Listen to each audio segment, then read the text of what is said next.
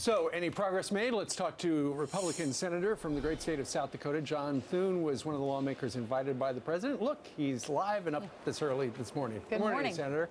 Good morning. Okay, I would imagine, and this is just a guess, but the idea for tax cuts and tax reforms from the Republicans much different than those from the Democrats. What do the Democrats want to see in a tax reform package? Right. Well, and that's really the question, Steve. I think that most Democrats, when they talk about tax reform, they want to see more revenue so they can spend it. We're trying to find the Democrats who are actually interested in tax reform that generates economic growth.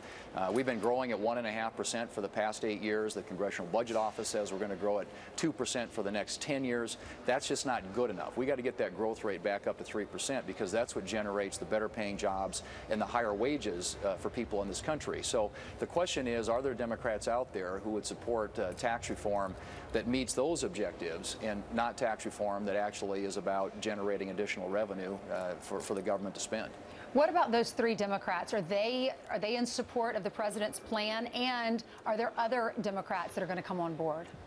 Well, Ainsley, the three that were there last night, I think, are open to at least a conversation about tax reform that is along the lines that I just mentioned. And one of the reasons I think they were invited was because they did not sign a letter that was signed by the other 45 Democrats in the Senate that basically said we won't support any tax reform that lowers rates on high-income individuals or uses dynamic scoring or any of those things. So these are the Democrats that are probably most likely to be somebody that in the end could end up voting for a tax reform bill. But that's why I think the president's reaching out to them, and I give him credit for doing that. I think we need to find out what the traffic will bear in terms of Democrat support for ultimately a tax cut bill. Senator, do you believe that for Senator Schumer to even do that small deal by raising the tax ceiling, the debt ceiling for 3 months, do you think that's a green light for Democrats not to feel the oppressive push not to deal with this president? Do you think something has changed?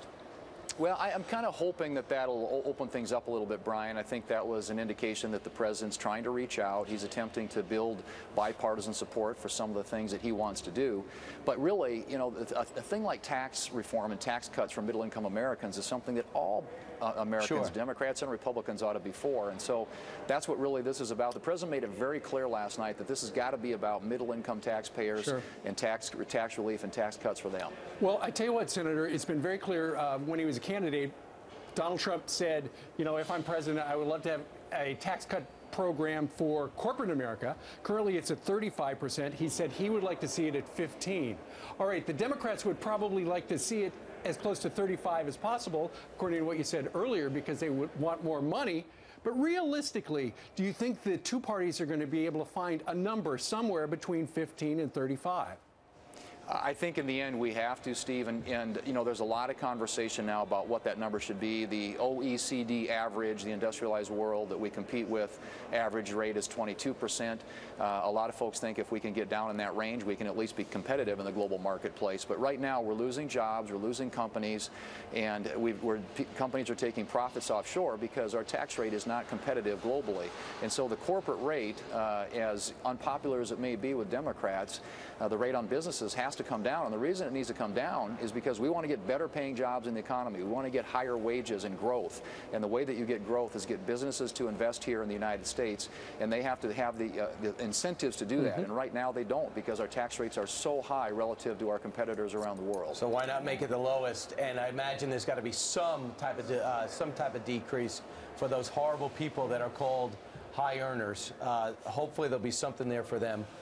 Senator Thune, thanks so much. Thank you, Senator. Great to be with you all. Thanks. Great.